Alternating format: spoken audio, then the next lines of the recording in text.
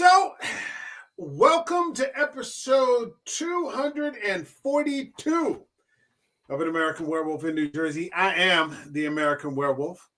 In the house tonight, we've got Marty from the Trash Picture Show. Thank you for joining us, man. He's got his Punisher tee on. I should have gotten my Punisher tee out. I didn't think about it. I was running a little late because we were having some technical issues, and I'm like, oh, like my desktop is starting to struggle a little bit. I was talking to a couple other people about this earlier, and I was like, oh God, the internet wouldn't stay like logged into the internet. I'm like, oh fuck, what am I going to do here? And it turns out it was one of those things where you just had to restart the router. One of those. So that worked out fine. But I didn't get a chance to get my Punisher tee out. And we've got Eric from Hey Internet Eric here. It looks like he's got his Jason. It's a bunch of fuckers. Everybody's it's out. It's a Punisher, but it's mixed with the Jason hockey mask, so it's a little bit of. That's fucking sweet. That's awesome. All right. Sorry, I brought it up. That's okay. So, we're continuing with this thread of films, comic book movies that take place before the MCU. Pre-2008, and we're talking today about Jonathon Hensleigh's The Punisher, starring the great Thomas Jane. So if you guys are ready to go, shall we get it going? Yes, sir. Ready to boogie. Rock and roll.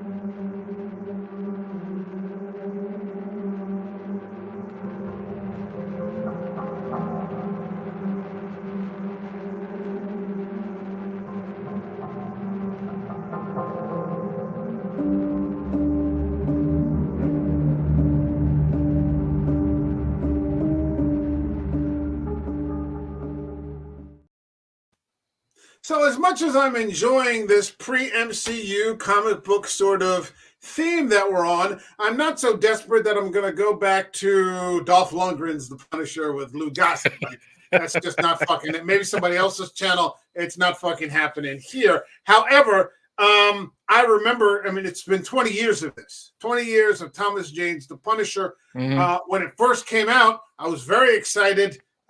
Big Punisher fan. Me and Marty were talking about my favorite character. 20 years ago. Well, let's go around. Let's do it the way that we normally do it. I'm going to ask you guys for your quick synopsis of what you thought of 2004's The Punisher. Marty, what do you got for me?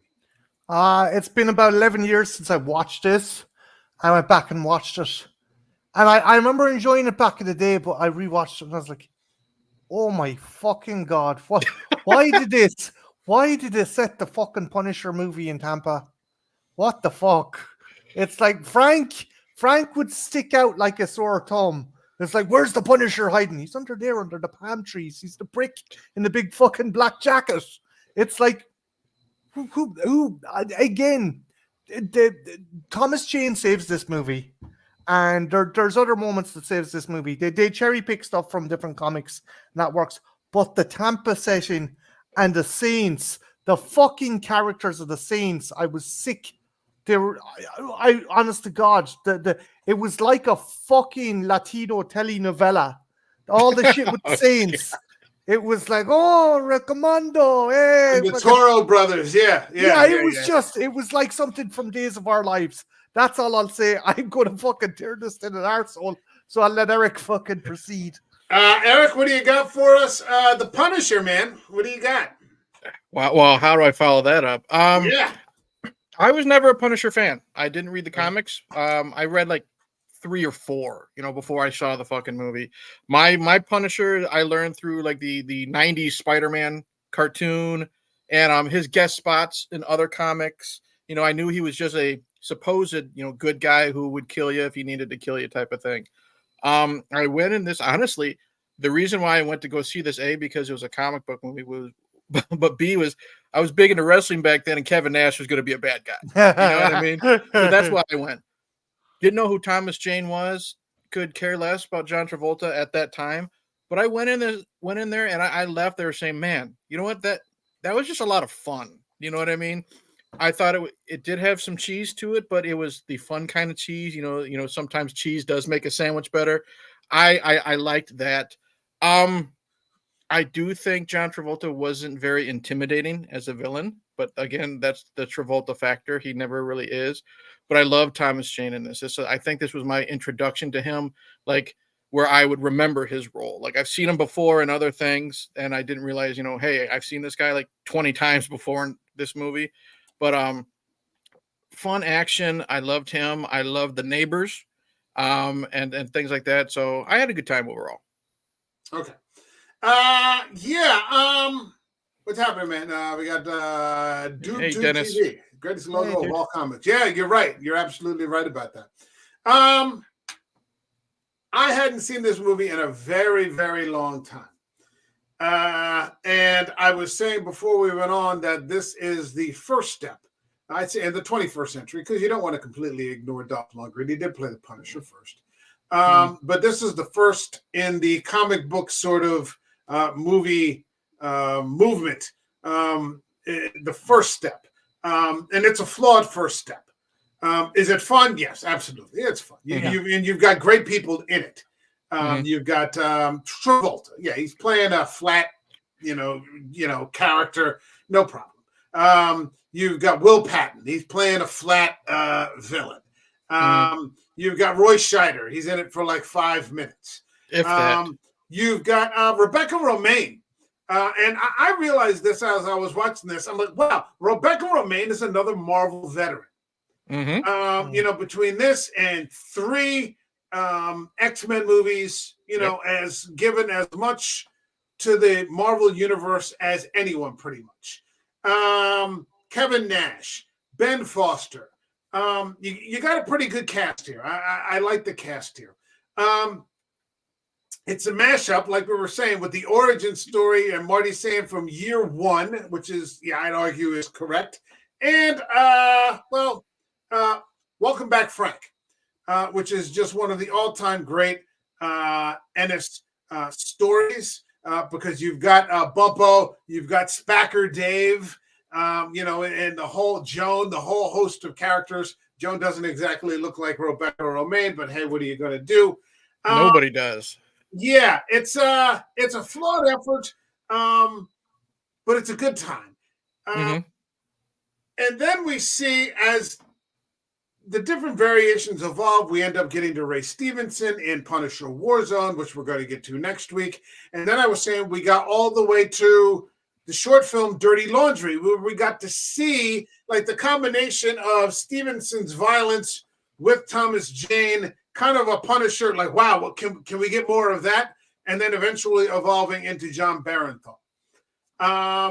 This version, this extended version here, has an interesting animated intro that I loved very much, where you sort of see the seed for the Punisher being planted, going back to Desert Storm, where he and, what was the Agent Weeks, they're special forces soldiers in Iraq, and they arrest this guy, and the one officer wants to just kill him. He wants to execute him. Their summary execution right there on the spot.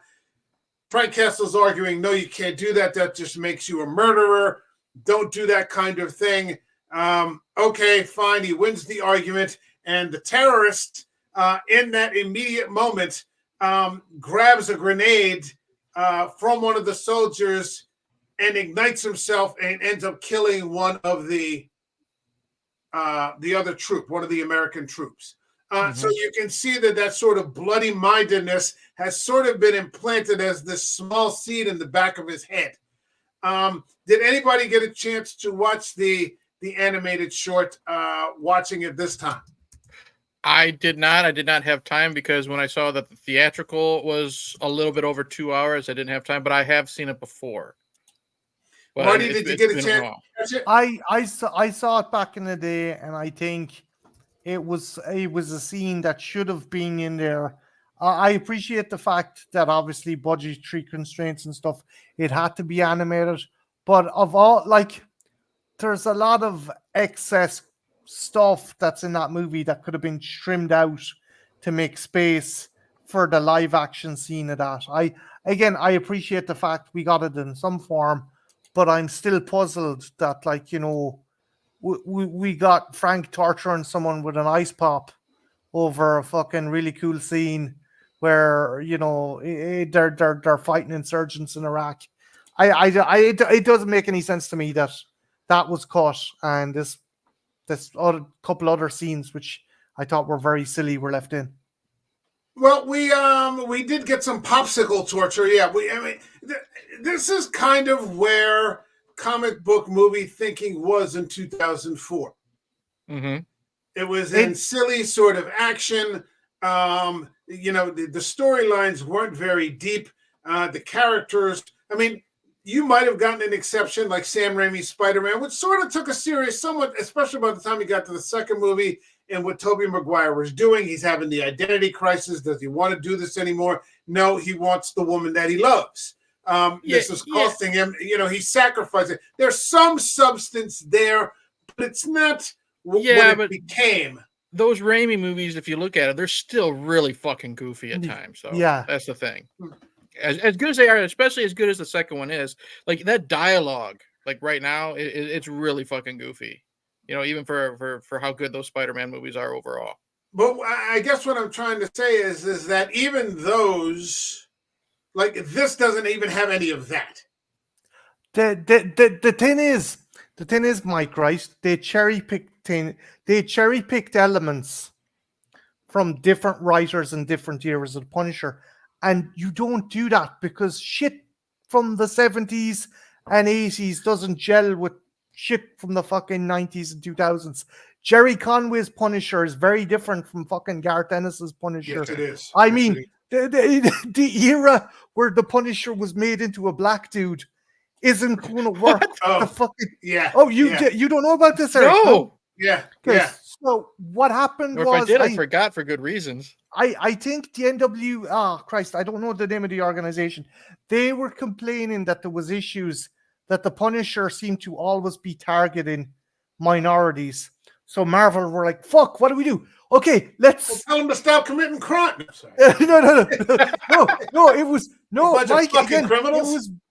It was worse than that. Basically, they're like, Frank needed to fucking infiltrate some gang, so he injected a dye to make himself black and teamed up with Luke Cage. I shit you not. But that's not even the craziest thing. Frank has been a fucking angel for the Grim Reaper. He's been Frankencastle. He turned into a Frankenstein's monster. There's a lot of goofy shit done with the Punisher. It only really kind of was solidified under the tutelage and observation of Garth Ennis and Jason Aaron. So when you try and do a melting pot of different writers from different eras and try and put it into the one movie, there is going to be, like, the ice pop thing is actually from a comic. I think it's from a Jerry Conway, John Romita Jr. comic. And it just, that doesn't work. That sensibility doesn't work with the Garth Ennis Punisher. It's just, you need to fucking get a consistency. Here's the thing with this. For me, there was no Garth Ennis Punisher until we got to till we get to the final battle in the club. Yes. Yeah, when he actually puts on the skull. Yeah, he puts on the skull and he storms the club and he just starts decimating people. And it's only a 5-minute scene. Like, this movie goes on for over 2 hours. It's like 2 hours and 10 minutes, this extended version. There's touches, Mike. The fight with the Russian and a little bit. In Welcome Back, Frank, they actually do a better job, I think, in the movie than they do in the comic. I still love Welcome Back, Frank. Eric, in the comic, the Russian, Kevin Nash's character, is killed because he uses an obese man to smother him. Yeah, I remember that he smothers him with Bumpo, actually. Yeah. So in some ways it works, in some ways it doesn't. But again, you're cherry picking from different fucking sources, and as a result, you've got a disjointed character and a disjointed movie. Ennis's tone could shift too, because you could get something like Welcome Back, Frank, with the character like Spacker Dave, walking past saying, "Hey," and I can't. What did they call him in what did they call Frank and what did they call? They called him something. He was using a different alias. And I think John Tower. He's had a couple of different names. Something like John that. Smith or John Tower. He's hanging magnets from his nose piercings. Yeah. And he's like, "Hey, how about that, Mr. Tower?" or something like that. And like the Punisher's looking at him, he's like, "That's really something, Dave.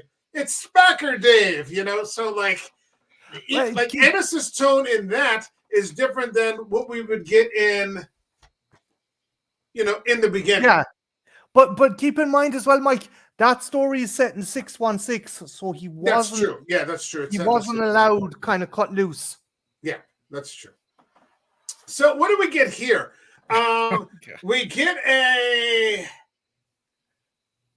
an FBI agent working undercover, running a bust where one of John Travolta's children end up being killed.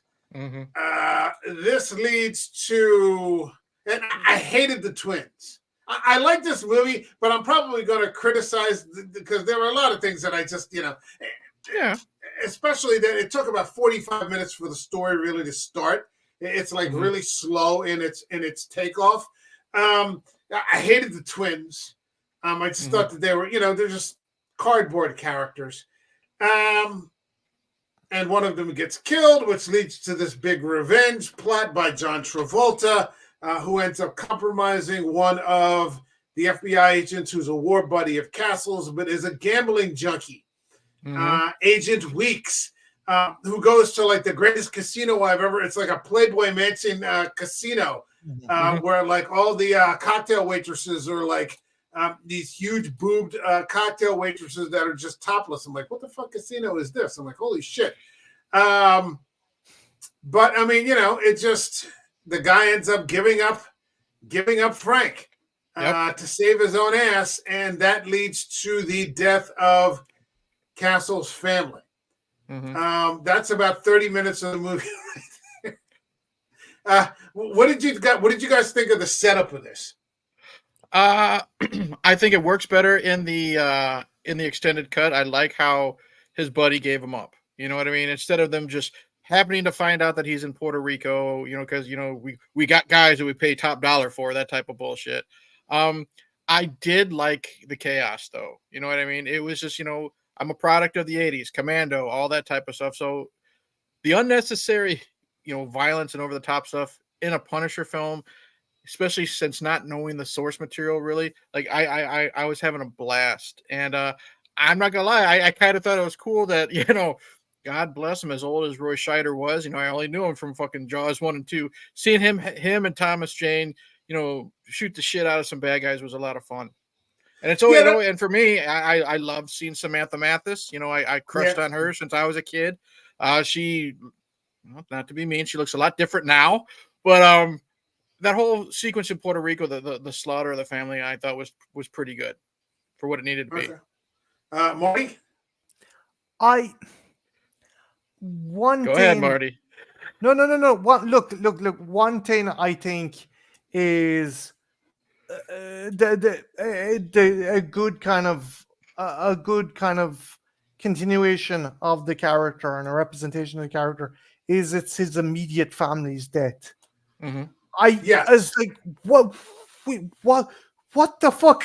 We get it. You want to show this guy is going to go on a fucking kid. You don't have to murder 5 generations of his fucking family.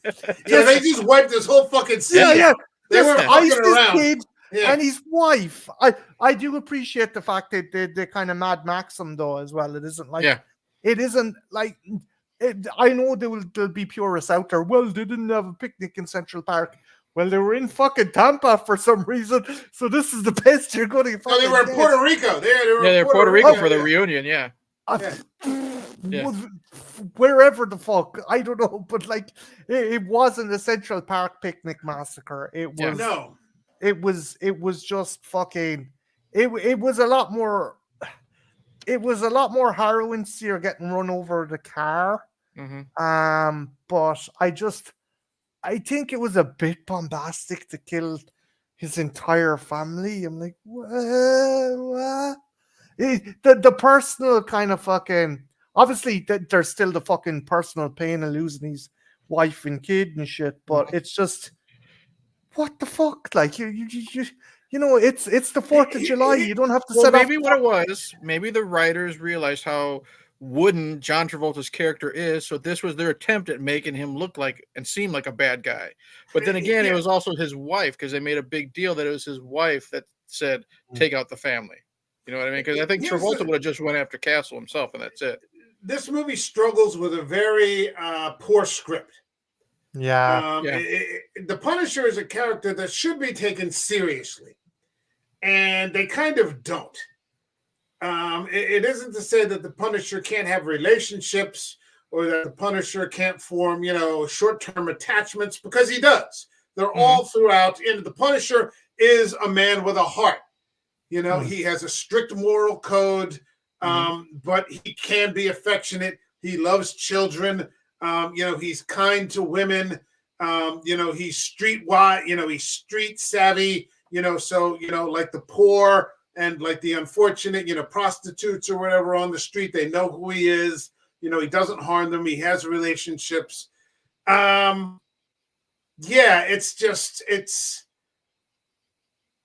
This isn't that character. It's almost like it's not the Punisher. It's like it's some other character. I was going to ask you guys, because do you think it's because you guys are so big of a fan of the source material, that's why you're kind of disappointed? I think it's a fun movie. It's just I need a lot of salt. It's a lot of salt. There's a lot of salt here. I started watching season 2 of Daredevil to get in the mood for this. So I started watching Barenthal. And then I came back to this, and I'm like, oh, this is.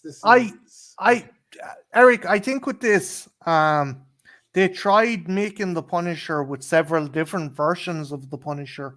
And there is a particular persona, but as I said before, they took some of Ennis's Punisher, they took some of Jerry Conway's Punisher, John Romita Jr., and as a result, you end up with a fucking mess of a character who doesn't. He's going in all different fucking directions, and you don't know which.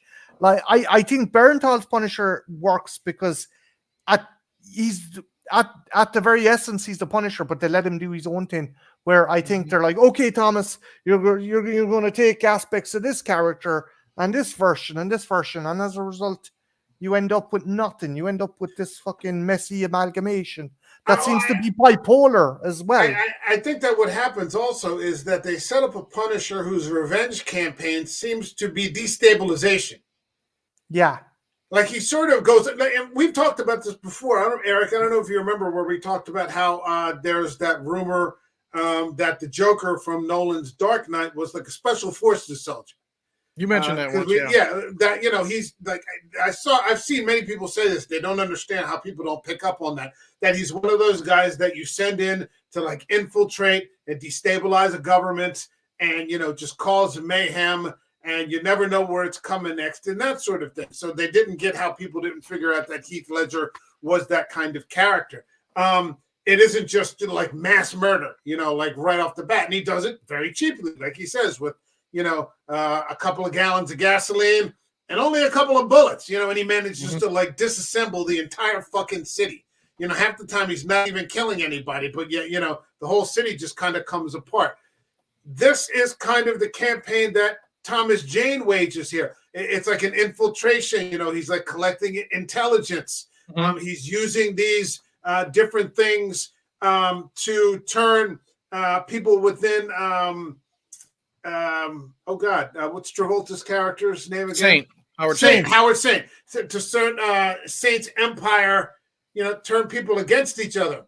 It's not what I would have expected the first time. And I remember the first time I saw it, I enjoyed it, but I couldn't figure out, what the fuck is going on here? I really liked that stuff. I liked him, for lack of a better term, doing the homework, finding out the wife's schedule, stuff like that, making it look like she's banging Will Patton, like that. But now you find out he's gay, but he doesn't want anyone to know because he's this big tough guy. So I just kind of like how he's, just opening up all these doors and turning them against each other. So in the end, it's Howard Saint killing his most loyal people. I actually like that.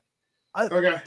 Frank is tactical, but he'd never try and use some kind of Days of Our Lives fucking plot line to Soap operas, disassemble. yeah. Yeah, it just I look, no, and I'm not taking a piss out of anyone who enjoyed this, but if you read the comics, be it the fucking Frank's idea of like fucking a tactical kind of thing is to knock on a door, let you open up the fucking sliding kind of peephole, and then stick a sawn-off shotgun through it. He is clever. He can be the clever. movie's only 45 minutes long. Yeah. Well, but I mean, like there's a great example where in one of the Ennis comics, I think it's in one of the Max series, he walks, and they play on this a little bit to some extent in Punisher Warzone. He walks into a big mafia birthday party and shoots this 100-year-old mafioso in the head, and then he just walks out of the fucking party. Yeah, they're all too fucking stunned. So everybody's too fucking stunned. So they all run out after they collect themselves. But by then he set himself up outside with an M60. And so as they all come pouring out, he's just fucking waylaying like right into them. And the CIA is watching him. They're like, this fucking guy is just, they're like, holy shit. Like he must have gunned down 50 people in like 2 minutes. He has done other stuff. Like he goes into the public library and looks up books on anesthesia, and he wants to get information. He knows that there's these children that are going to be sold into fucking slavery, particular type of slavery. I'm not going to say it, I don't want to get his channel. So he ties the dude up, knocks him out when the guy wakes up, and his fucking entrails are just all over the fucking trees. Yeah. And he's like, there's a lot of torture. There's a lot of torture in the Ennis Punisher. And he's like, this is going to wear off in 10 minutes. So you better start fucking talking if you want another shot of this stuff. Yeah. He's come a long way from being Frankenstein. Jeez, I guess. Oh, it's the Punisher Max and the Ennis Punisher is a graphic character. Yeah. It's like a fucking HBO series. It's really fucking well written. It's extremely well written. Extremely well written. Yeah. Those are fucking... So, I mean, like looking at it in 2004, sure, this is fun. And I own this copy. And you know something? At one point, I'll get back to watching it again. It's like when we talked about Silver Bullet. Mm-hmm. Yeah. Like about 6 months later, I popped in Silver Bullet. And you know what? Fuck it. Let's just watch Silver Bullet. Yeah. I got some popcorn, or I had a frozen pizza or something. Well, that's what I said. Let's fucking do it. That's what I've said every time. We discuss I'm not going to say bad. You know what I mean? Because the Punisher is not Silver Bullet has tendencies to lean more towards bad than this movie does, in my opinion. But there's a difference between good and Mike, you've said it 100 times too. There's a difference between a good movie and a bad movie, but bad movies can still be fun. You know what I mean? Yeah. It's like two movies you and I love: Van Helsing and Commando. Sure. If you really want to tear those movies apart, they're horribly made. They're terrible. Arnold can't act worth a shit. The action has so many glitches in it. It's garbage, but it's fun. Van Helsing, that movie is a big mess, but it's a lot of fun too. Yeah. So, I gotta say, the one thing they did get right, they gave Travolta a fucking hottie wife, man. Yeah. Holy shit, that was a fucking hottie and a half. Some Mexican little or Cubano or whatever. I've seen her in a few things. She's in the remake of Willard with Crispin Glover. And she is in Mulholland Drive, of all things, with Naomi Watts, the Lynch movie. Yeah, David Lynch. Yeah. Yep. Okay. Well, so I mean, eventually it does get better, and we get to the apartment where you got to mention the Candelaria character, the guy like the mystic who lives on the island or something, who like rescues Frank. I'll take care of you.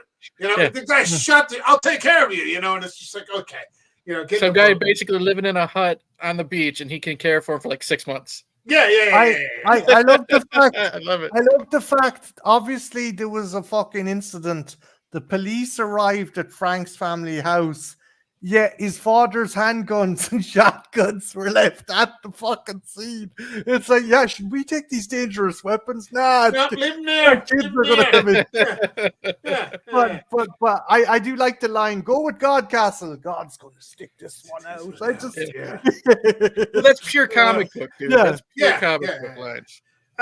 So I mean, somehow he's renting this apartment now in Tampa. And we've got it. I love the apartment crew. We've got Joan, Me too. we've got Bumpo, Yeah. we've got Dave, played Yep. by the great Ben Foster. And I thought to myself watching this that Ben Foster, one of my favorite supporting actors out there in Hollywood, is actually a great comedic actor because he was really yeah. funny in this. Well, what I Like really but he like, doesn't do any comedy. right? But see, what worked is he had the straight person in Joan, Right. Rebecca Romaine, and he's David Spade, and John Panette as Bumpo is his Chris Farley. You know what I mean? Yeah. The fat, lovable dude who you just kind of want to hug, but you also say, okay, you've had third breakfast. It's time to cut him off, type of thing. I think the way him and John, because John Panette, he was a stand-up comic in like the early to mid 2000s, very successful. Died about 10 years ago. He's one of those, like, if you're bored and you're scrolling through Instagram, you're gonna see like all of his bits, type of thing. Yeah, and he's actually real funny. But the thing is, I think they work perfectly together as these just lovable losers who has no one else in their lives except each other and Joan. And Joan is like that big sister with the two annoying little brothers that, you know what, God, I don't want to hang out with these guys today, but what else am I going to do? You know what I mean? And They I think take the care of three of each them, other. that's right. They take care of each other as this Yeah. dysfunctional fucking type of Addams Family group of misfits. And then you have, Mr. Serious, Mr. Mystery walk in, and they're just so enthralled on what's he doing? Oh, he didn't sleep last night. How do you know? Because I didn't sleep last night when he's out fixing the car and stuff Yeah. like that. I love these three guys.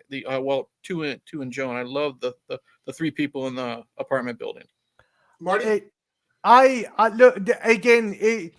In some ways, it was very well represented of Welcome Back Frank's kind of fucking apartment crew. That, in other that ways, part it they was a got wee, right, I thought. Yeah. yeah. In other ways, it was a bit silly, but it's still fun. It's Marty, still fun. Marty, you say it's a bit silly when the Punisher has smothered the Russian with Bumpo. Okay. Yeah, no. Come on. No. But I'm more talking about when they're fucking dancing as that. I'm That's just. fun. I know, but I just When we get to Punisher Warzone next week, this is going to be a different conversation, I feel. And that movie is not perfect either by a stretch. Mhm. Oh but- no, it isn't. Oh, Yeah, I remember the one time I saw it. Yeah. Yeah. I do like the part where Joan's fucking ex-boyfriend is like threatening them all, and then Frank just comes up as if this dude's a piece of shit in his boot. He's like, "Fuck you!" Grabs the knife off him, punches and him in the nose. Yeah. You yeah. shouldn't play with knives. Yeah. Yeah. That's You a see great what scene. what I do love that makes Bumpo and what is Ben Dave. Backer Stacker's name? Dave. Dave. Dave. Stacker, what makes Bumpo and Dave more endearing is they know for a fact they couldn't handle this douchebag, but they still try to stick up for Joan. Yeah. You know, bless Bumpo's heart. You know, you blow on him and he's gonna have a heart attack. You know what I mean? He's still standing out there, pissing his pants, but basically saying, leave Joan away.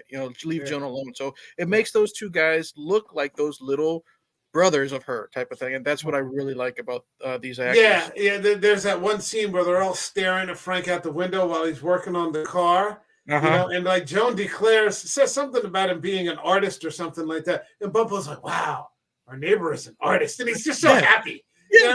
They're innocent. They're very innocent. They're very innocent characters.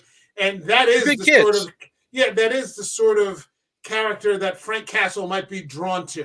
That might form a temporary bond with. Where Bump was bringing in fucking Dave and goes, yeah, Frank kicked his ass. Yeah. And I love how he always says, okay, come on, champ, let's put some ice on that every time Ben Foster gets beat up. You know what I mean? That's what solves everything. We'll just put some ice on that champ. You know what I mean? And he pats him on the back and like walks him off screen. Yeah.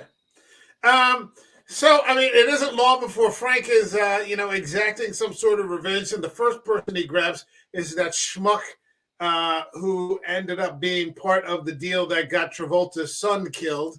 And when I first saw this, I'm like, holy shit, like he pulls out the fucking blowtorch. Yeah. I'm like, holy shit, he's gonna no, it's not going to be. And not that I want to see that. Right. I don't enjoy that kind of viewing. That's why I don't watch Terrifier and that kind of shit. I that's not my thing. But I was like, oh shit, this is going to be fucking intense. And yeah, he's torturing him with a popsicle, which adds a little comedic value. Yeah. The movie itself isn't heavy handed that way. Mm-hmm. Like I said, until we get to the final battle scene, so for whatever reason, they decided not to make, this particular Frank Castle completely dark. Right. That kind of thing. By the time we get to Barenthal in the very first episode, before you even lay eyes on that particular Frank Castle, he's already mowed down an entire bar full of Irish mobsters.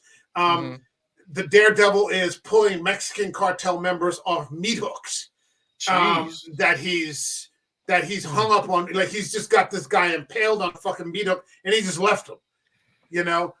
So it's a big gap between, from start to where we ended up. But, here we got a little popsicle torture, which, it kind of keeps with the tone of we can't talk about Bumpo being an innocent and then have Frank blowtorching, people down the hallway. That wouldn't make any sense.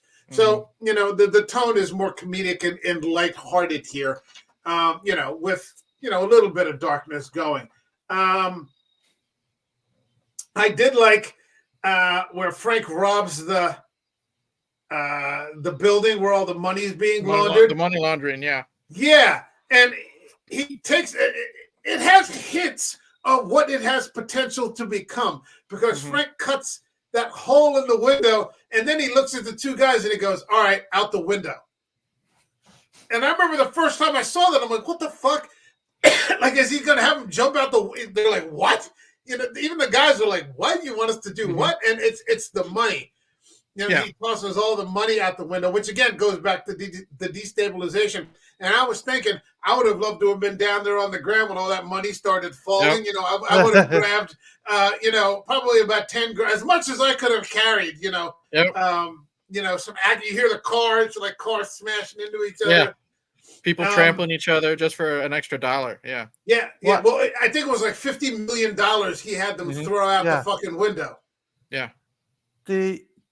I like that scene as well because you can really tell between the Mexican trumpets in the main team and this Hensleigh fucking likes spaghetti westerns. Did anyone else notice that? Like the quick draw, Frank doing the quick draw as well at the end. It's just he's obviously trying to reference. See, Eric, I like parts of this movie, dude. Okay. But I mean, that's just where we were at the time. And then of course we get the scene where Frank starts to he's sort of forced to interact with his neighbors by throwing that punk out who's showing up with a butcher knife, showing up to beat up Joan. Right. It was a drunk. It was interesting when, and I'm skipping ahead a little bit, it was interesting that they weren't just innocent people that were like the three people, and they were damaged. Oh yeah. They were damaged. Like Joan was struggling to stay sober. Yeah. It was one of those things where they didn't have much, but it's like that old sobriety saying, "I don't have everything I want, but I need everything I have." Yeah. Like they needed everything that they had, which was each other, and the small things. Like where they have the dinner, she's like, I'd like for us to say what we're thankful for. I'm not in an abusive relationship. I'm sober today. I have a job. It's just like a job at a diner, but she's grateful for that. And what I love is it's so random because Dave, the first thing he's thankful for is that his mom is out of jail. Yeah, you know what I mean. Yeah. So with just that one line, we know where he's from. You know what I mean? We know he's definitely from a bad childhood. Yeah. Bumpo, again, he's thankful for leftovers. Yeah. But he's also thankful Diet Pepsi. He's thankful for Diet Pepsi. He's thankful for friends. He's thankful for good friends. And then I like how it shows with just one line, Frank is kind of warming up to these fools, but he's still trying to be different.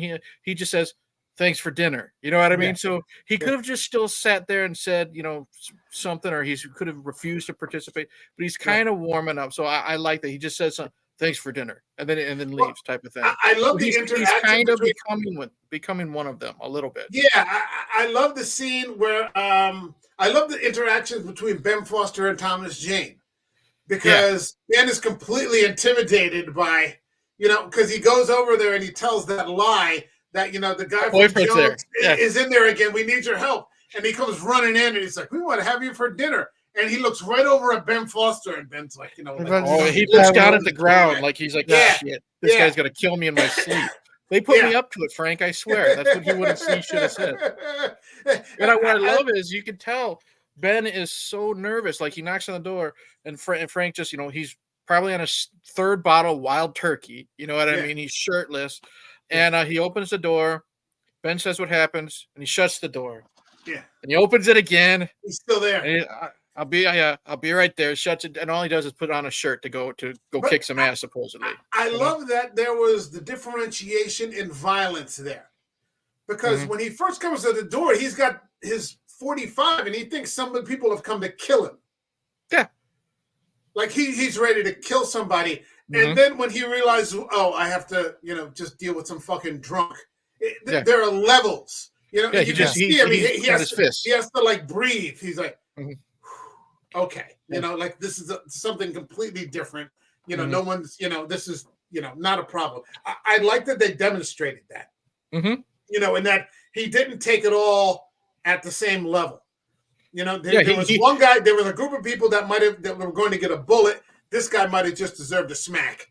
Exactly. I don't need to blow up the apartment building for one abusive boyfriend. Right. Yeah. Right. Marty, did you want to? No, I think despite my gripes with it, and Eric makes a good point. Being a bit too pedantic about it.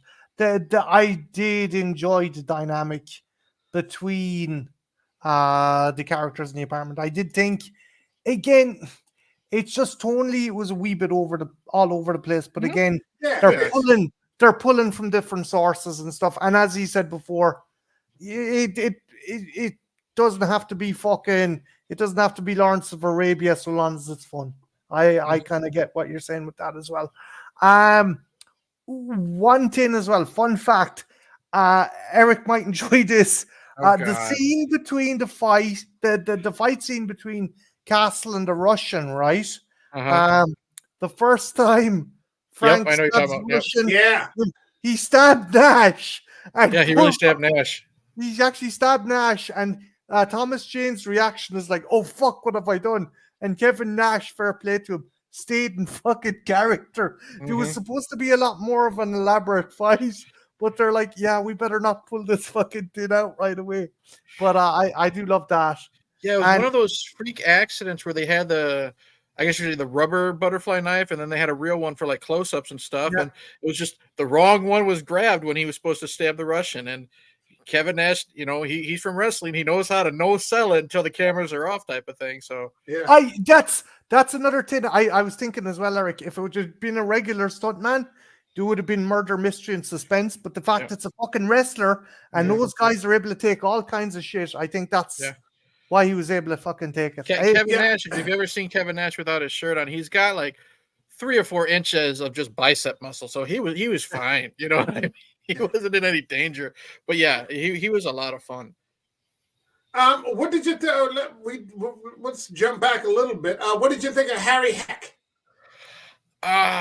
Okay. Again, as a guy who doesn't know who Harry Heck is from the comics, I thought he had a great introduction. It was, to me, it felt like, Marty mentions a spaghetti western. This is definitely, it felt like, the newcomer coming into town, saying he's gonna, you're on my list type of thing. I liked him. I just wish that there was more of him, because he's taken out within maybe 3 minutes when they get back together, and that was a little disappointing. The buildup was great. It's like great foreplay, but then once you get into the act, you're done within a couple minutes. So that was just kind of disappointing. Eric, he had a better lifespan than he did in the comic. He has Yeah. 2 panels in a fucking comic. Basically, he's introduced. Yes, we hired Harry Heck. He's the best quick draw in the West, and he's just waiting in the car for Frank. And Frank just walks up with an Uzi and then shoots the fucking Uzi.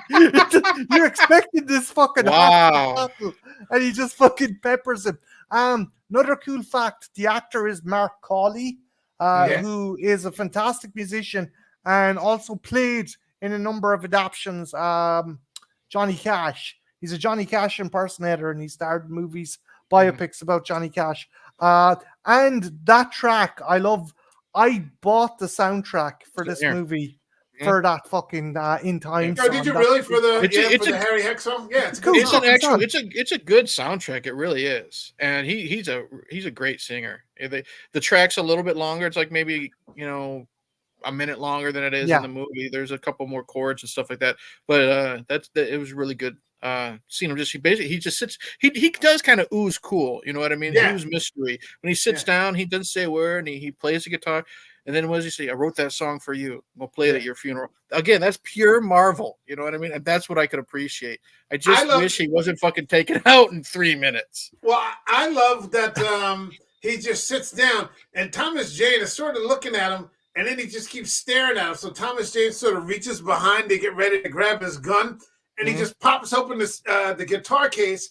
Yeah. Thomas Jane thinks it's going to be like a Tommy gun or something. Yeah. And he just pulls the neck of the guitar out. And he's like, oh, Jesus Christ. Okay. And then he just starts playing the song, Yeah. So I thought that was a cool interlude.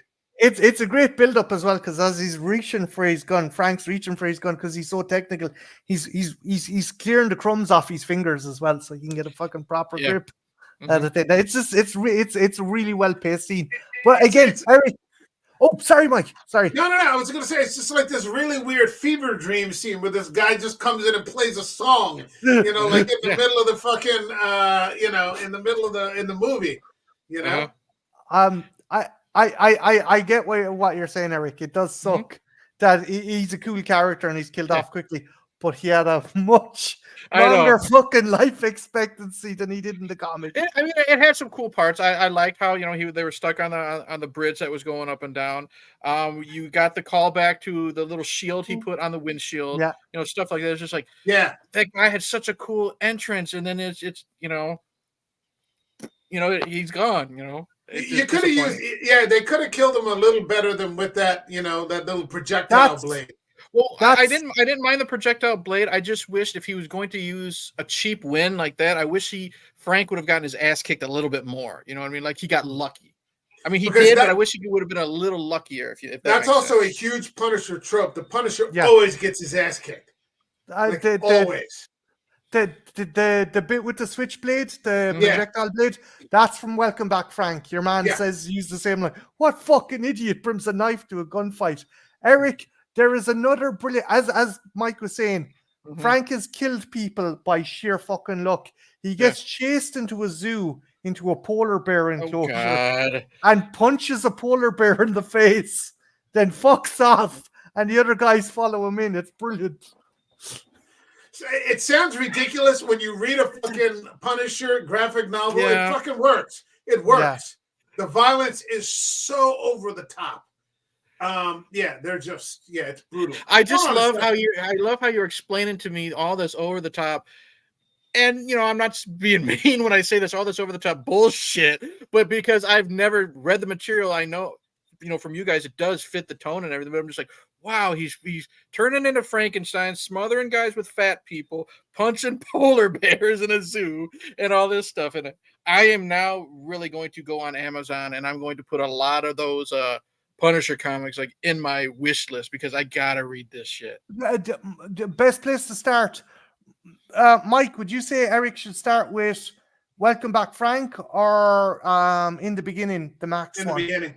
In the beginning. That's more serious. That's the fucking HBO. While Welcome Back, Frank is more fucking, I don't know, the WB. This is more. Welcome Back, Frank is more like Ray Stevenson's Punisher.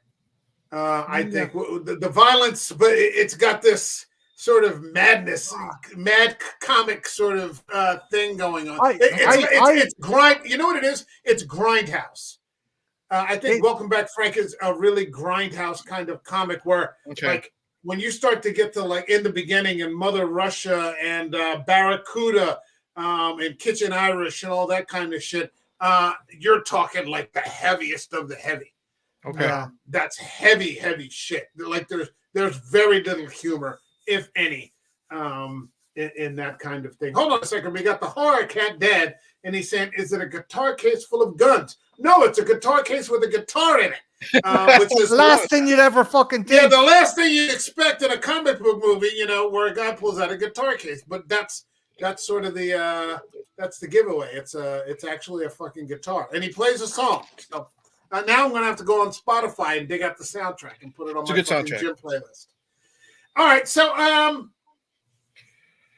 then we get to the Punisher, and he gets a second boatload of the fucking drugs of the money from the Toro brothers, and I hate that stupid son that he has who just gives him that look, But I remember, and God rest her soul, my mother loved this movie. I forgot all about that because she loved how John Travolta was just getting fucked over like at every fucking turn. By the Punisher, like when he has that meltdown when he realizes they got the second shipment of money, he's like, all of it, what the fuck, he's like, Jesus Christ. Not Travolta's greatest. He's hit and miss. It depends on who's writing his material. It could, the fact that it is Travolta adds something to it. Yeah, he's got some class to it. Yeah, it's a calm kind of villain. He's just some, he's just a money launderer, for drugs. He's not a, he's not a super violent guy. Like he could have killed Agent Weeks. He doesn't kill him. He's like, no, just talk, just conversation. He wants what he wants. If he has to kill you, then he will. If not, then, which, sort of ends up being his undoing. What did you think of Will Patton? I wish. See, I love Will Patton, and anytime he pops up, even something like Armageddon. You know what I mean? Where he's great in Armageddon. Yeah, when he's a lovable loser. You know what I mean? Again, they're kind of like Harry Heck. I wish there was more of him because he is intimidating. But I wish we get to see more of him being intimidating instead of just saying a couple rough lines, like, shit talking the little weasel guy. You know what I mean? That Frank working for him. I wish we got to see more of what Will Patton could do, like the shit that he does to Dave when he tortures him with the face piercings. We needed more of that earlier on in the movie to set up how dangerous this character was. Although that's an interesting point, though. Go ahead. I'm sorry, Eric. But the scene with what he was doing to Ben Foster, I liked how, again, kind of like how you said, with the blowtorch scene, it's not fucking Terrifier or Hostile. I like how we saw the first ring come out, but then we just hear it. So that helps with that scene where it's not gratuitous. You know what I mean? We don't see shit getting pulled out of his face. But my wife, who enjoys this movie too, she was on the couch, on like the iPad or something like that, but she was watching this with me, and this was a scene where she knew, like, she's seen this movie a dozen times like me. She still had to turn her head away, and she knows she doesn't see that piercing get ripped out of his face, but the fact of what she knows is happening still gets to her. It's also interesting in that, and maybe this is a reach in terms of my argument here or my point, but it's sort of what separates Thomas Jane from the bad guys. He tricks the guy. He tricks that one loser into giving it up by making. I mean, it's a ridiculous comic scene. Thomas, the Punisher isn't going to torture someone viciously, whereas fucking I think that's what Mike's trying to say. Okay. That the Punisher, despite how vicious he is, he has his limits. Whereas obviously Will Patton's character doesn't. Here's also the thing: is that this is the beginning of the Punisher. Right. Yeah. He's not the Punisher until like the very last line of the movie. Yeah, he's not there yet. It's sort of his becoming. And then by the time we get to Ray Stevenson, he's been the Punisher for for quite a while now, and there are quite a few scenes, and it's just very small scenes that show how long he's been at it. I got a quick question. You can save it for next week. Is Warzone an actual sequel to this? Even though No. it's a different, No. it's its No, own no, new no. movie. That's Yeah, right. movie. Okay. Yeah, it's its own movie. Okay. It's its own movie. Okay, so we get the dinner scene, but then we get that's what it occurred to me also, that Rebecca Romijn, I mean, has done 4 Marvel movies, and she's largely forgotten about. Mm-hmm. You Well, know, she's doing a lot of voice work now. She's in the DC Oh, is she? universe. She's Lois Lane. And she's in fucking Star Trek as well, Strange New Worlds. Yeah. Oh, She's is she really? second Okay. co-lead in Strange New Chris, Worlds. My wife thought Okay. she disappeared, and so I looked on her Wikipedia, and she's doing a lot of TV movies. She's on Star Trek, like Marty said, but she's Lois Lane in all the DC animated universe stuff. So The and she's done like DCAU is a great she's done fucking like she's done like 5 or 6 of them. And she's Lois Lane. She's always Lois Lane. The DCAU is fucking fire, man. That's what I've heard. There's some I really serious want to get shit. into that. That's like Zack Snyder level fucking DC. It's that dark fucking deep gritty shit going on in there. You're like, fuck. I've seen a couple. I saw one. It's the one where the Joker convinces Superman to accidentally kill Lois Lane, so he comes down and kills. That's kills the Injustice. That's based on the video game. That's Injustice. Justice. That one was really good. And Superman goes like full-fledged villain, and he's controlling how everyone acts on Earth. I really like that one a lot. Between the Batmans, the Supermans, the Justice Leagues, the Flash, there's just a ton of fucking great DC animated universe out there, man. Yeah, I want to jump into that big time. So, I mean, here's where, after the torture of Dave and the fight with the Russian, this is where the Punisher sort of turns it up. And it all, like, after the fight with the Russian, it all sort of ends that night. Mm-hmm. It forces Frank's hand to, like, end it, because he realizes that the people he cares about are now vulnerable. I love how Dave didn't give him up, though. Yeah. He lack of a better term, he finally manned up. You know what I mean? He showed he wasn't this wimpy pushover. So I really like that. And then, of course, Bumpo says, come on, champ, let's put some ice on that or some bullshit. So, but I really like. They took him to the hospital. I really like that growth in his character, because the first time we see Dave, he's quoting like, you're an awful son, or I hate you, I'm embarrassed, or some bullshit, as he's killing people in a video game. And now he is refusing to give up his friend when he knows this guy can torture him for hours and hours. He's literally pulling the metal. Because remember, Bumpo, you know who Bumpo was? Dave's the guy with all the shit in his face. That's how she introduces Frank to everybody. And he gets all that stuff pulled out, and he doesn't budge. And that's what I really appreciate about the character. I like the fact as well, Frank is so fucking angry. What happened, Dave?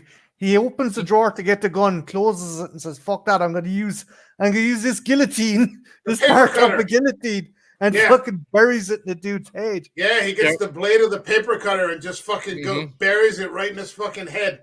Yeah, that's a great scene. That's a great scene. This is the part where Frank starts to turn up the heat and have these people start to, starts everybody to force their hand, where he gets John Travolta to kill everybody. Yeah. He gets John Travolta to kill everybody. He stabs Will Patton to death because he thinks he's banging his wife. Mm-hmm. He kills his wife because he thinks she's banging Will Patton. Right. None of it is fucking true. Right. It's fucking ridiculous. But that's the way the story plays out. He could be punching polar bears. No. Parking tickets, and I'll take him fucking slugging a polar bear. Then you're mad. Travolta's wife goes, but he was gay. What the fucking days of our lives? Horseshit have I just entered into? I'm just fucking with you, Marty. It's not. I'm just fucking with you, Marty. It's just the thing is, this movie is fucking all over the gaff tonally. It's fun, but I was just trying to contain myself laughing when she just came out with that line. But he's gay, and I'm like, fucking what this? Well, he was gay. I mean, you see his feet there in the fucking corridor because he's fucking dead as fucking Julius That Caesar. was the other thing. Whose fucking idea was it to give fucking Travolta one-liners? Where's mom? Oh, she had to catch a train. Where's your man? Oh, he's all wrapped up. It's like, fucking what the 11th hour fucking bullshit decided to go, hey, we'll give him these lines. I don't know. You know, it reminds me a lot of the difference between the first and second Ghost Rider films. Yeah. You know, this movie has the tone of that first Ghost Rider movie. It has almost the exact same tone. Yeah. And then by the time we got to the second movie, we had a completely different tone that was pretty fucking humorless. That's why I'm looking forward to next week. Yeah. Because now that I like what I said with the two Ghost Rider films, now I know what I'm getting into with the switch of the tone. So it might be a different experience. Yeah.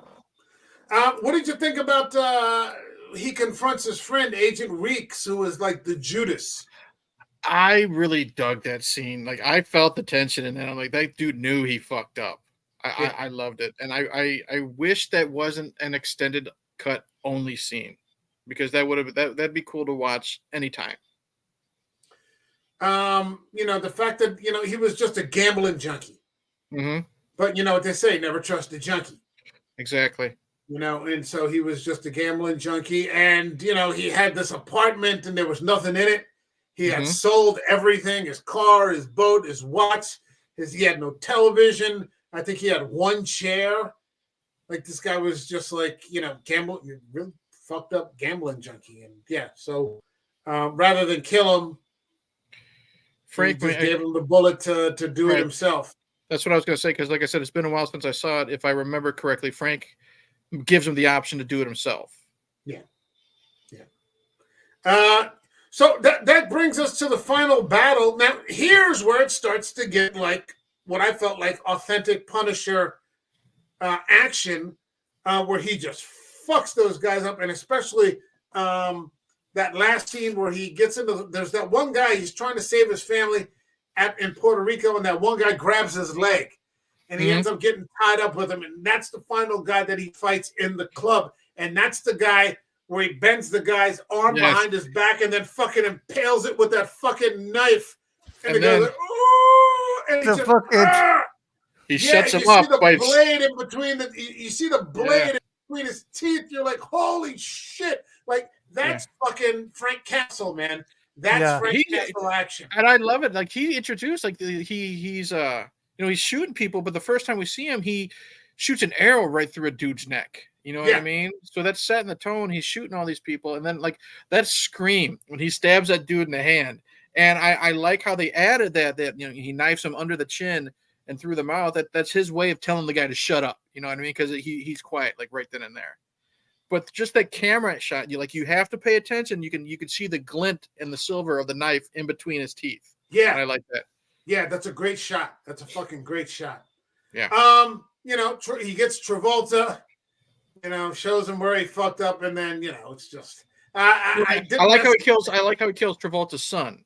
How his son's like pinned down to the, he's pinned down to the desk, and he's making him hold the little bomb. The you know, he says, for like, he says, you know, holding it's 7 pounds, you know, you hold this for an extended period of time, it'll be like, you know, the best exercise in the world, or some fucking line like that. I really hell like of a that. workout.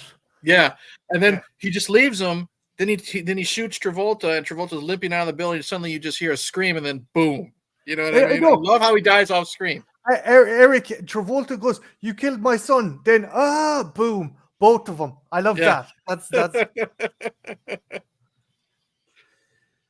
So, I mean, you know, and then he ends up killing Travolta.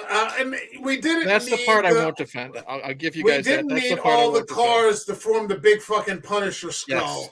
I was even telling my wife. Now listen, I've been kind of defending this movie for an hour and 4 minutes, okay, against you guys. And I don't get me wrong, I'm just fucking with you too. I get your point. Yeah, we're just talking. But Travolta hooked to the back of the car, on fire, looks fine. It's very comic booky. They're blowing up around him. What the fuck ever. Comic booky. But then, yeah, his scream is That awful. scream. The scream is Jesus awful. Christ. What really makes me like hate this part, like even my wife, she's over there laughing because she knows why I'm getting kind of angry.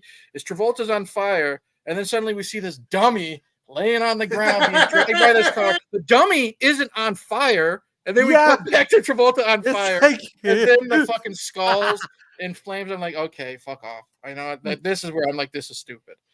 But I want to see Eric where it's Thomas Jane for 45 minutes going under every single one of those cars. I know. Yeah. It was, it was noon when he was setting that shit up, and now it's fucking like 2 a.m. the tin was. What if that's like 12 hours long? What if someone took those cars and like went to lunch or went home? You know what I mean? Did he like pop all the tires or something, like boot them off or something? School bus or some shit. Like a Punisher with one eye because the other car drove away.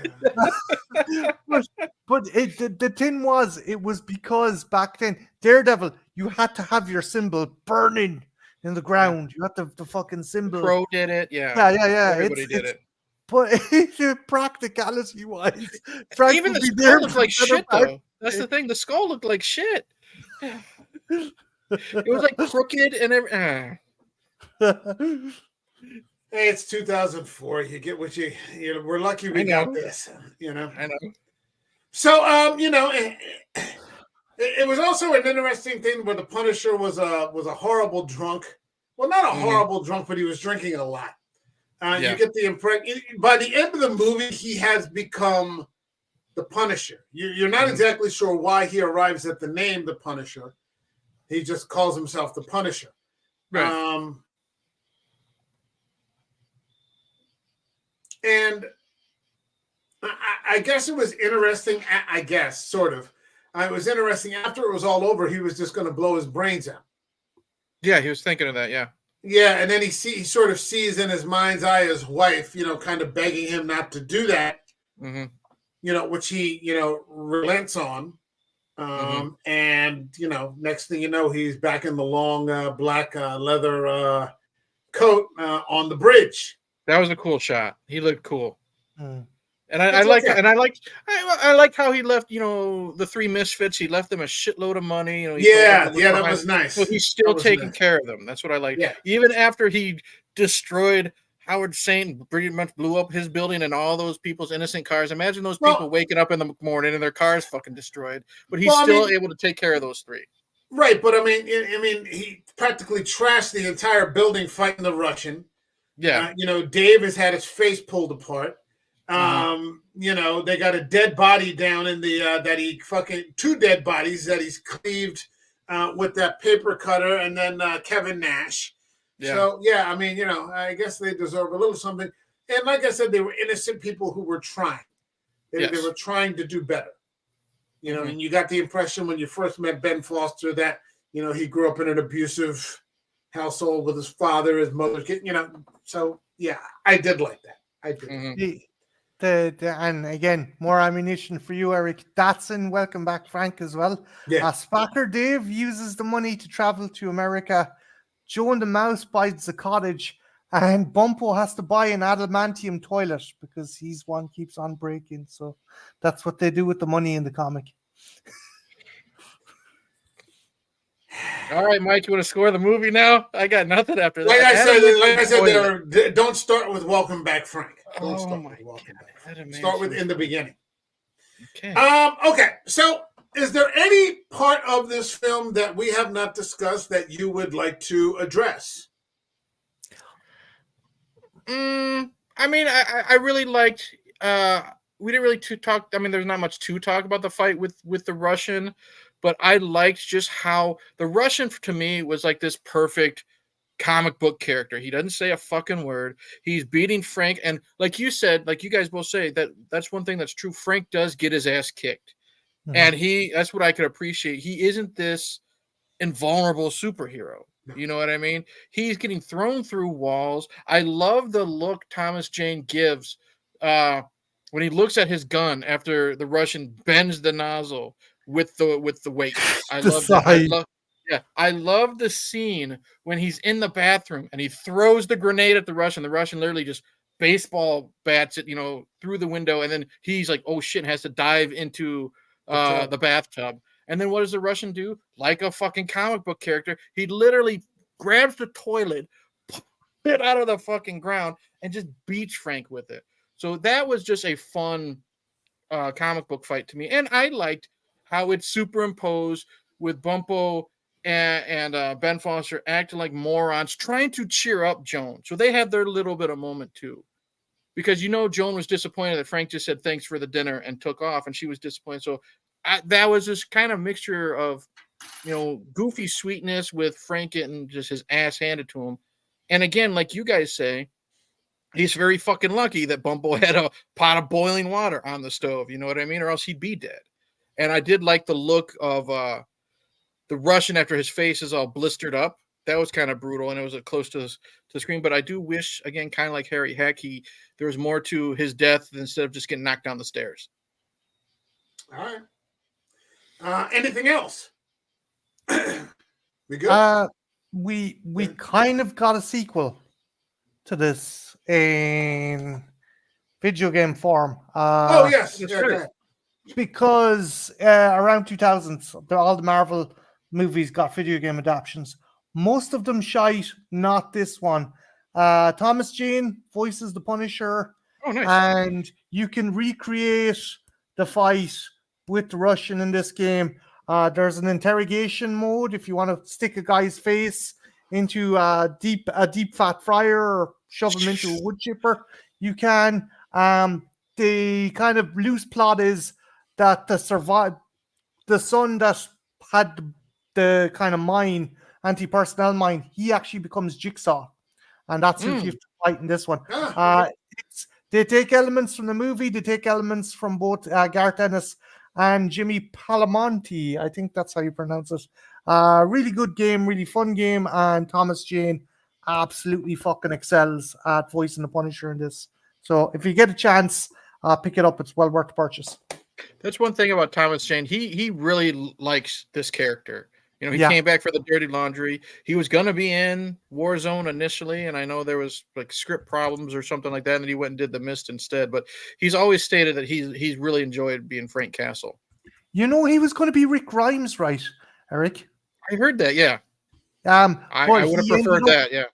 He ended up doing a TV show myself and Mike called Hung about a gym teacher who becomes a gigolo. Yeah. I think Mike told me about that one. That's a great fucking show. That's a great fucking show.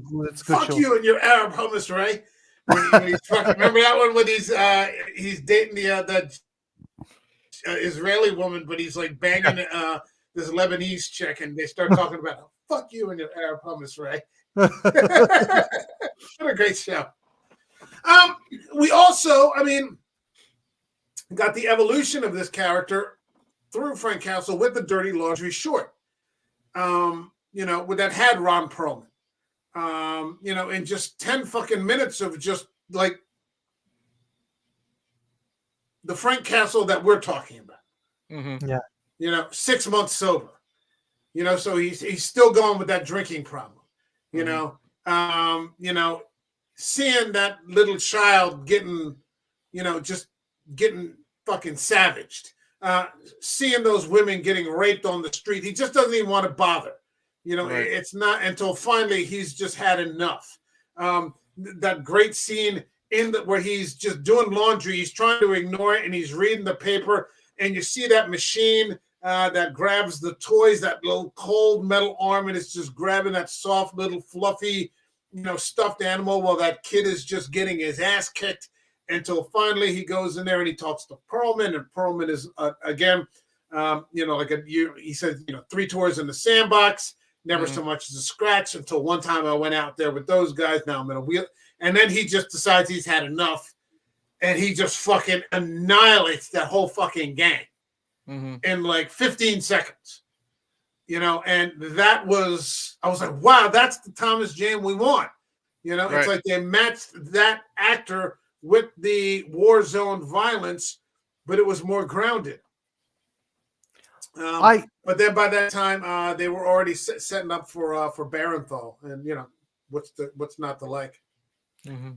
I think that there is problems with fucking Warzone, but Oh, of course there is. Yeah, but tonally. we'll get into it. I don't want to talk about Warzone yet. Oh no! I'm not getting into it. But I think, I think this movie has tonal issues where it's as I said before, and again, I'm not trying to be the fucking book wanker, but No. it's taking stuff from comics from the 70s, Yeah. from the 80s, and it's mixing them together, and as a result, you get this fucking mishmash, Yeah. pitch podge of a fucking thing.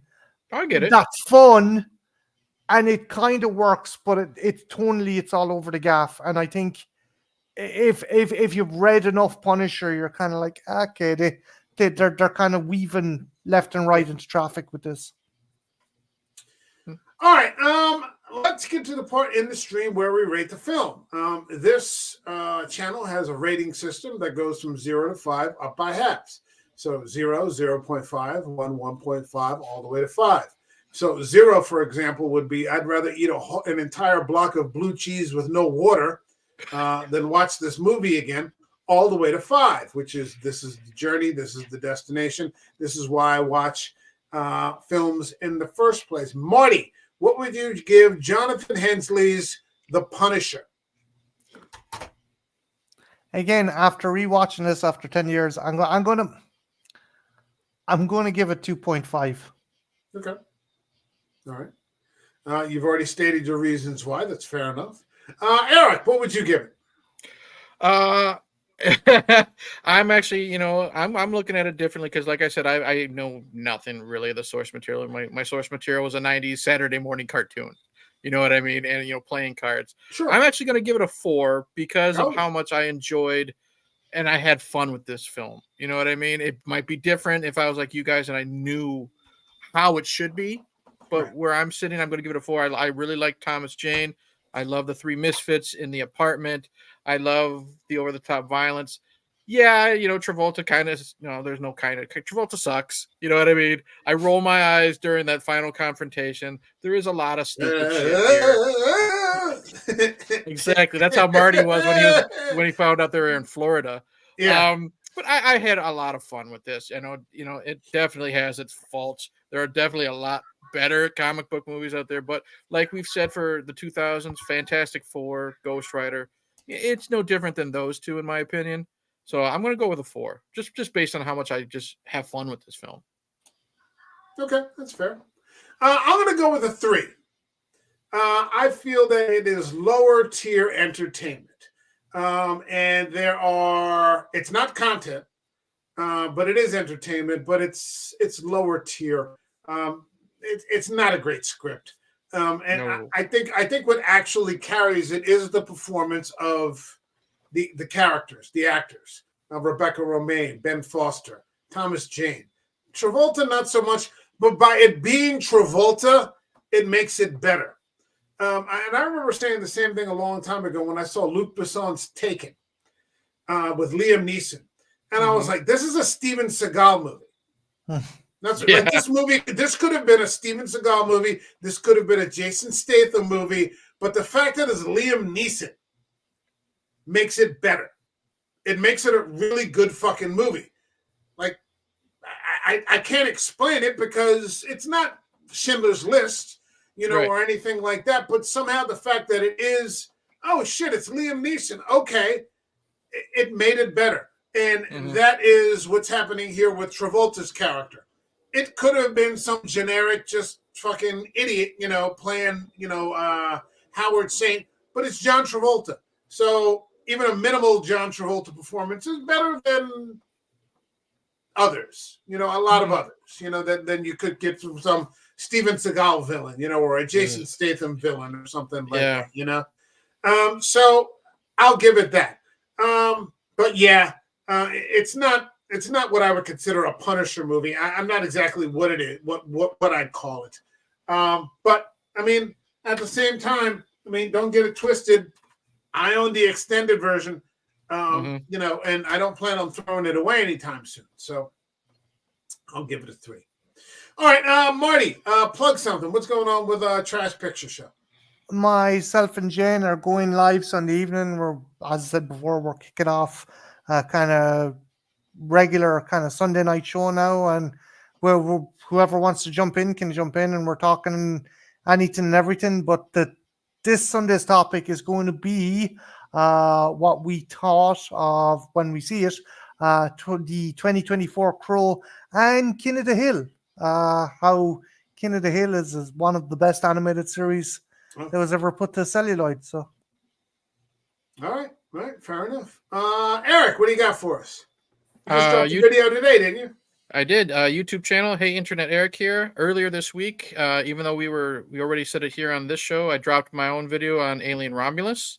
And just this morning, I finally, shat and got off the pot. After years of Marty bugging me, I finally watched and dropped Do it. I dropped a video on my thoughts on the assembly cut of Alien 3. You could ask Marty. I think I was pretty fair in the positives and negatives. I'm very happy that I finally watched it.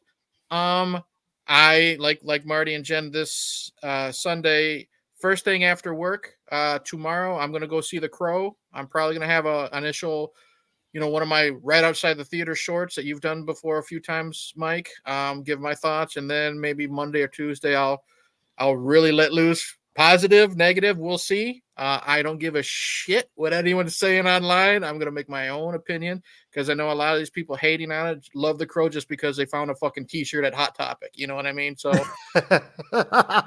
you know how much I love the original. I'm going to be honest. If it's crap, I'm going to say it, but I don't give a shit what anyone else says. So other than that, I'll upload whatever I feel like uploading. But those two videos in The Crow next week.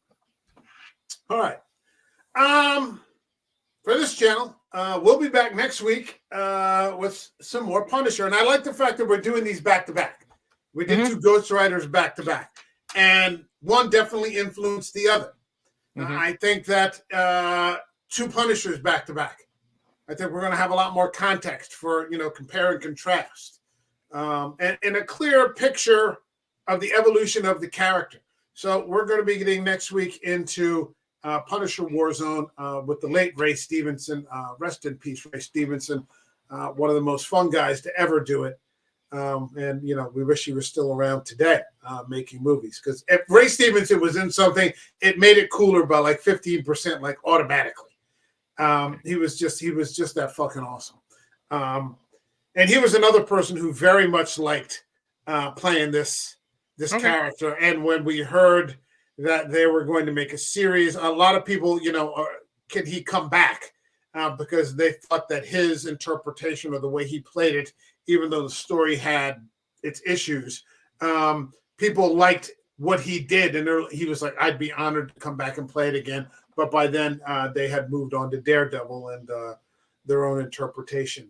Marty, what's up? Oh, no, just like you were talking about earlier, another actor who done Marvel double duty. He played the Punisher, and he was also Flagstaff in Thor. Oh, Thor. Oh, okay. Yeah. That's right. Another Marvel hero, not to be forgotten, never to be forgotten. Ray Stevenson. I don't know what I was going to go see Alien Romulus again this week. I don't know that I'm going to. There is a movie I'm going to see, but it's nothing to do with something related to this channel. It'll be something a little more serious minded. I want to see this movie called The Forge, which is going to be interesting. So I think I'm going to go see that on Saturday. We'll be back next week. Now, the week after that, I don't know. Because initially September, I said I was going to dedicate to serial killers. But I'm having fun doing this. So we'll see how it plays out and where I'm at with things next week. Like one of the movies that I've always wanted to cover on this show is David Fincher's Zodiac. Never seen it. Oh dear God! I think it's a perfect film. Okay. It's because it's a true story. So it doesn't have the feel of it's not Seven. Okay. This is actually based on a real story, and it's pretty factually accurate. Okay. And so it's one of those movies I've always wanted to cover. maybe at some point we'll get to it. I don't know if I want to do a whole month of serial killers. They're so, I don't know. I don't know what. Because I was going to do Silence of the Lambs. I was going to do Zodiac. I was going to do American Psycho. Boy, you'd be having a dark fucking month, dude. Yeah. My God. I don't know if I want to do that. And So following maybe that we'll up with comic, following that up, after comic, all these fun comic book movies, and you're jumping into that dark stuff.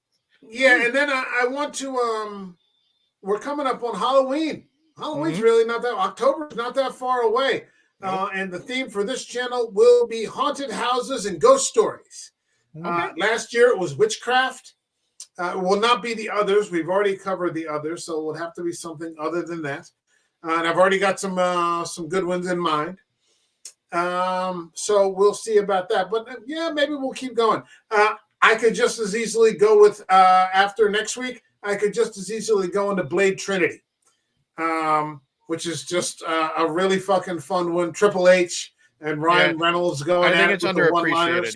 Yeah, I think it's underappreciated. yeah, very much so. And especially now with Wesley Snipes, having this brief resurgence, the internet seems to really want him to come back and give us one more Blade movie. I'm there for it. Do you think you would have any aspirations to throw in an X-Men movie after Blade if you kept this comic book train running? I'd have to think about it. Okay. I'd have to think because there were others. I had a massive list. Oh, that's right, you did. Yeah, I had a massive list, so we started to get into like 300. Maybe we were going to do Watchmen or something like that. I could V for Vendetta, that kind of thing. So we'll see. We'll see where it ends up. We'll see where it ends up. All right. My thanks to Marty from the Trash Picture Show. My thanks to Eric from Hey Internet. Eric here. Thanks to those people in the chat. And we will see you all in the next video. All right. Take care, everyone. God bless you. Bye-bye. Cheers.